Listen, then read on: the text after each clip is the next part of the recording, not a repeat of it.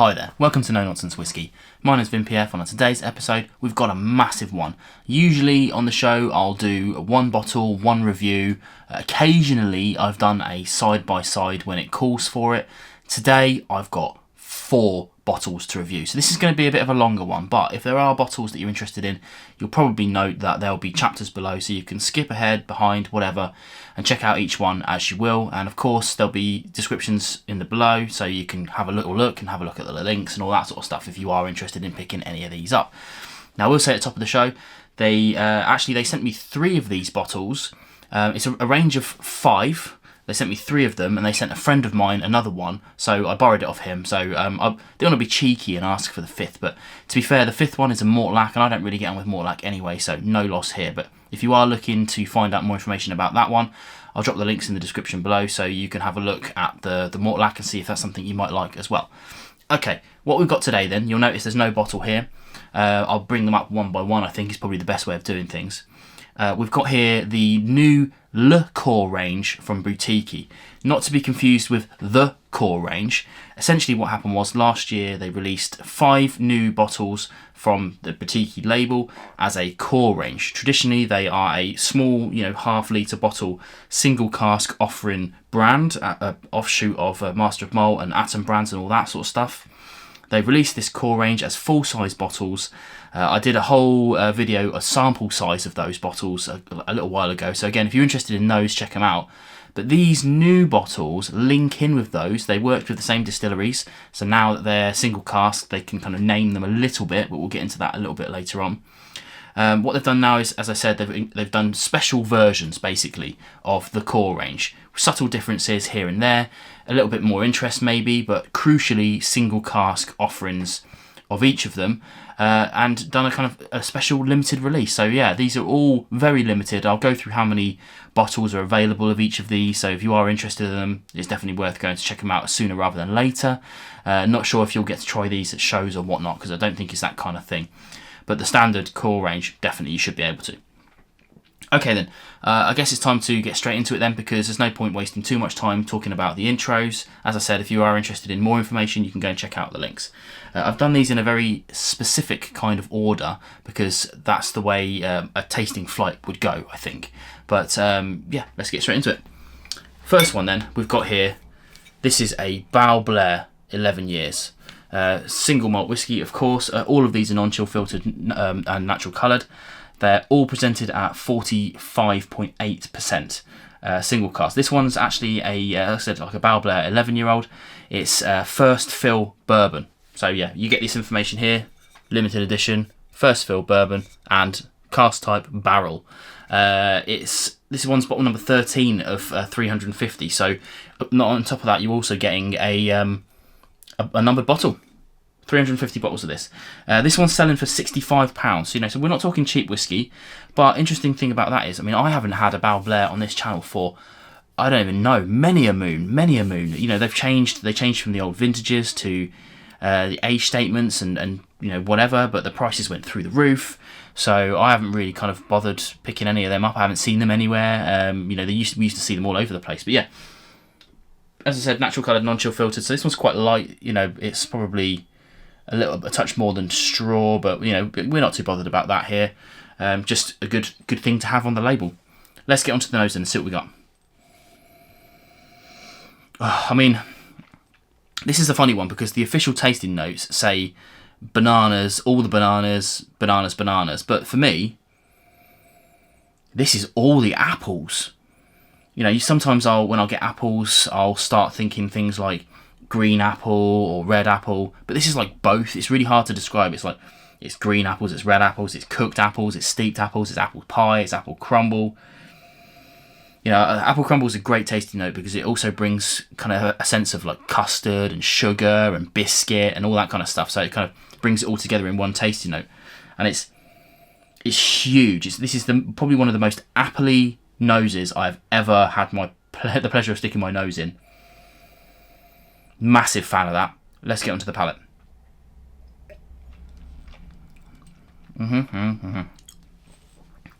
Yeah, again, huge apple explosion. I do get some of those tropical notes on the back end of this one, with that initial I want to say sweetness, but obviously apples tend to be kind of like, they can be sweet or they can be tart, and it's kind of both of those things at the same time somehow. But you're getting that, and then when that disappears off, yeah, those tropical flavours, maybe a little bit of banana, maybe being led by the tasting notes a little, they tend to creep through at the end. But it's like, it's just fabulous. Yeah, massive fan of that. 65 quid, as I said, is a lot of money. So I think you've really got to kind of, if those tasting notes like really appeal to you, you know, if you sort of think, well, I don't really like apple on whiskey, then probably don't drop it on this.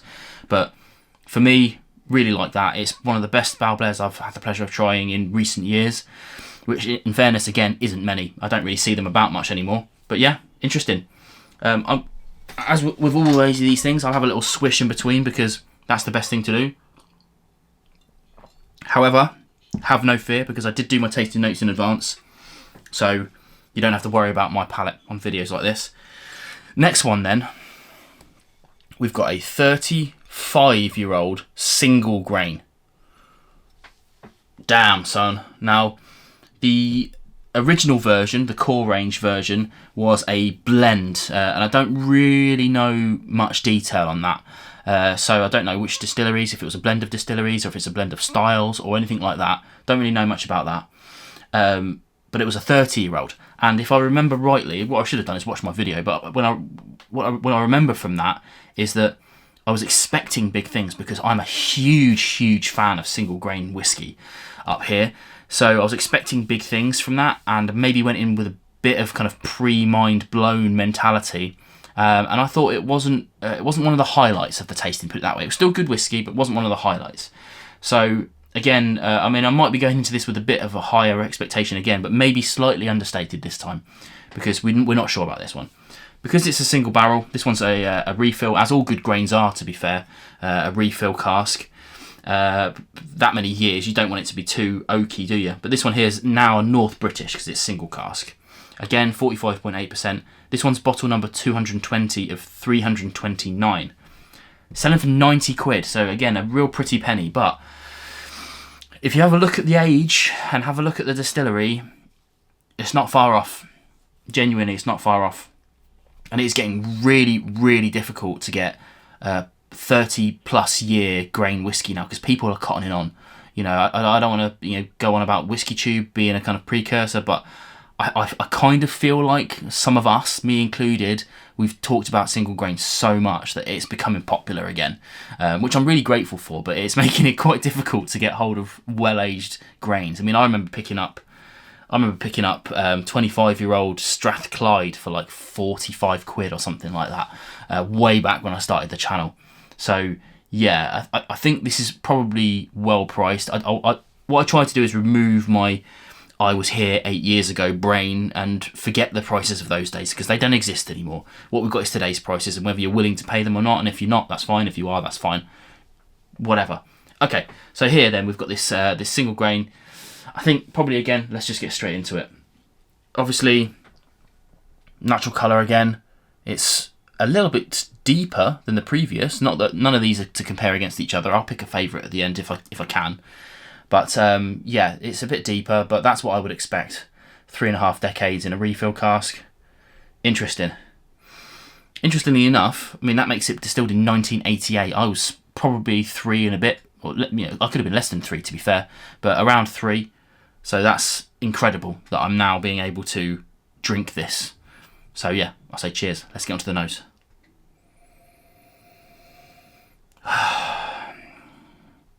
I mean, that's got everything I love about grain. Bags of butterscotch, bags of vanilla. Huge kind of pineapple-y note on the back end of that. It's a challenging nose for those who are kind of like stout single malt drinkers. It's got a raspiness to it. So I understand that might be a bit off-putting to some, but for me, that's exactly what I'm looking for. Nectar. Okay, let's get onto the palate.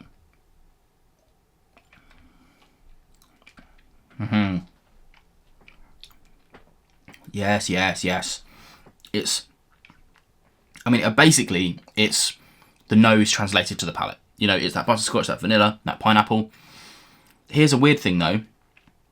Despite all of those years, it's got bite to it.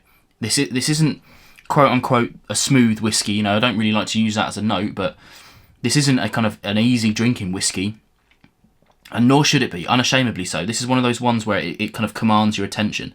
This isn't I'm watching, I don't know, whatever dross we watch on TV on a Friday night, kind of like no concentration whiskey. This is a commands your attention whiskey. It's got that bite, but the weird thing about this is that although it's still at 45.8%, it kind of tastes higher. Like if I was doing a blind tasting, one of my favourite things to do is to try and guess the ABV. I would have been guessing way closer to 50, maybe even 50 plus.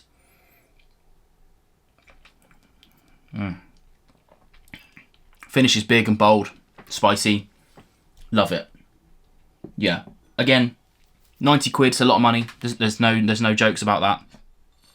If you're going to want it, I'll wager most people watching this would probably want to try it first, but I don't know, man. If you love your grain whiskey like I do, then bit of a no-brainer. Alright, let's chin it off and we'll move on.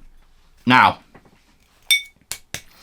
this little bad boy, this is the 8-year-old Canadian corn, not to be confused with the other 8-year-old Canadian corn, because previously it was exclusively aged in sherry casks.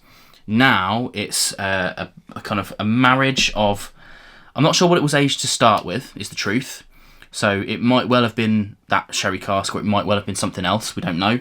But it's a marriage of PX casks, finished, sorry. It was moved from whatever cask it was in into PX casks, and then X Islay peated, I said Islay, and X Ila peated casks. Octaves, they're saying here, octaves, for what difference that makes. So yeah, the original one in the core range, the original Canadian 8, was probably one of my favourites of that range. But I'm a cheap date. I like good value whiskey. I'm not necessarily cheap whiskey, and that was selling for like 35 quid, and then it went down to 30, which is an unbelievable steal. This one's put the price up a little bit, so it's now 41 quid. This is all based on boutique prices. If you look on Master of Malt, they often undersell even their own brands. So you know, you might get it cheaper on their flash deal or whatever, and that's a real shame of this one. But I'll get into that probably a little bit later, because I think people will tend to avoid it because it's unknown. But whatever, let's have a look into it and see what we got. This one here, I mean, look at the colour on that. God damn, I don't even know what I'd call that. Mahogany. It's probably not quite as dark as mahogany, but still, that's a pretty exceptional colour. Let's have a go on the nose. Okay, there is a lot to unpick here. I don't even know. It's such a, you know, this is one of those ones. I mean, I wrote my tasting notes, but it's evolving even now. Obviously, we're getting quite a lot of smoke on this, but it's blended in with that sweet bourbon-esque North American style. You know, I think this is a 5% rye. Don't know the rest of the mash bill. Probably, you know, it won't be a lot of barley. It'll probably be quite a lot of corn. Probably quite a lot of wheat. You know, who knows is what I'm trying to say. But you get a very different experience for something like this than you do with Scotch, because, you know, barley is barley. So, but it's very sweet. It's got a hell of a lot of oak on it. Some vanilla's there disappearing away. The PX, I mean, there are sherry notes to this, but I wouldn't say it's overly sweet like PX sometimes does. But you know me, I'm a huge fan of that PX and that sweet peat. Beautiful. Let's try on the palate.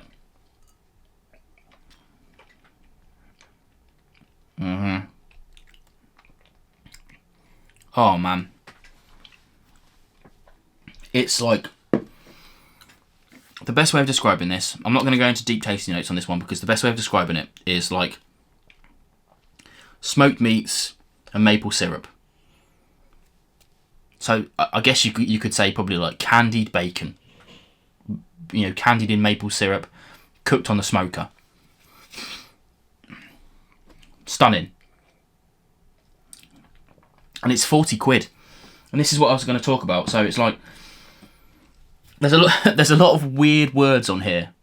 Canadian, corn, PX, peated, unknown distillery. They've actually blanked this one out because I guess they couldn't say. They couldn't tell me on the original one. They obviously can't tell me now. We've got no idea where this has come from. But to a lot of people, that's going to be a risk because you're never going to have tried anything quite like this, I don't think. But worth taking a punt on, I think. The original one at 35 quid and then 30 was a steal. This one, 40 quid, is a little bit more of a thought process for sure. But that's I love that, absolutely love that, and the fact that it's the cheapest one of the range, even better. I reckon if this was more, same with all things, right? But I reckon if this was more popular, they could charge loads more for it. But they've got to go with the market, right? So yeah, okay. Let's not dwell and have a quick swig,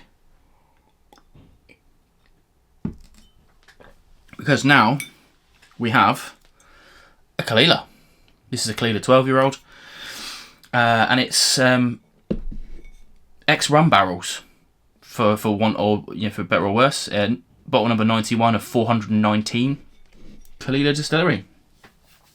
Why not? 65 quid though. Okay, so we're back down in the kind of light section, but again, not too worried about that. Let's get straight into it. Oh yeah. Do you know what? I flipping love Caol Ila. Really do. I really love Caol Ila. It gets a lot of stick, a lot of, especially over the last 5 years, a lot of indie, smoky whiskey has come from Caol Ila. So there's quite a lot of Caol Ila out there. But I absolutely love it when I smell it. It's got that sweet smoke. For me, it's like, okay, I'm getting into the realms of kind of weird tasting notes with this one, but it's like, it's smoked salmon on a cedarwood plank. Weird tasting note. But you're getting all that kind of like that sea air, that saline solution. Okay, and again, one more weird tasting note. I don't often give this sort of thing, but to me, it smells like that fresh batter in a chip shop. That kind of greasy, floury, fresh batter. Yeah, lovely. Let's go on the palate.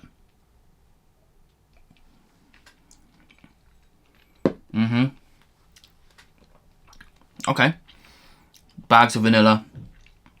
More of that sweet smoke, that kind of saline. Again, that kind of, brininess that makes it almost fishy to a certain extent. Now, in terms of the rum cask, now I think I am being mentally led by the fact that I know that it's a rum cask. So in my tasting notes, I wrote down some tropical notes, but truth be told, I believe that in a blind tasting, I wouldn't be able to pick that out at all. What I would think is I'm tasting a particularly good Caol Ila. And that's really where we are with this one. It's Caol Ila. It's a good Caol Ila. It's a great Caol Ila. It's robust. It's well balanced. I'm struggling with the rum cask part of it, truth be told. And therefore 65 quid, probably a little bit much for me. As much as it's lovely, and that's a weird thing to be saying. As much as it's lovely. Now, favourites. They're all fantastic, is the truth. A bit of a shame. I sort of wish I'd have maybe been cheeky. I thought I was cheeky enough asking for 3, to be honest. But when I maybe should have told them I could do a complete set. And maybe because my friend Simon, the whiskey novice, gave me this to help. This will be going back to him. So maybe I should have said if they send him the other one of those, we could cover it all. But it is what it is. It's really hard to say because individually they're all great at what they do. Now, in terms of my favourite, my preferences, that could change day to day. To be fair, I think the Canadian Corn's my favourite. Again, absolutely fantastic.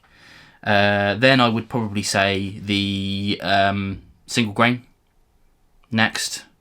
Then this would definitely change day to day, but probably then the Balblair and then the Caol Ila. But again, we're talking 4th place in the world finals, you know, so it's like you've made it this far. But so yeah, all of these, if I scored whiskies, all of these would be in the top 80s, I think, possibly even edging the 90s for some of them. But I don't do that. So, you know, if you want to see scoring, go and check out my whiskey base, because I do chuck a score on that, as useless as that is. So yeah, if you're interested in that, again, in the description. But there you go.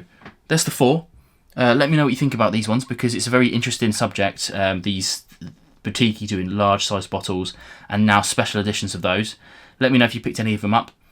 And again, you know, if you want to purchase any of these, then check out the links below, because there's some affiliate links down there that really do help the channel. I get a little kickback if you buy something through them, even if it's not these. You know, you can always go and hit any link below that's the affiliate, and I'll get the kickback from that. So I thank you for that.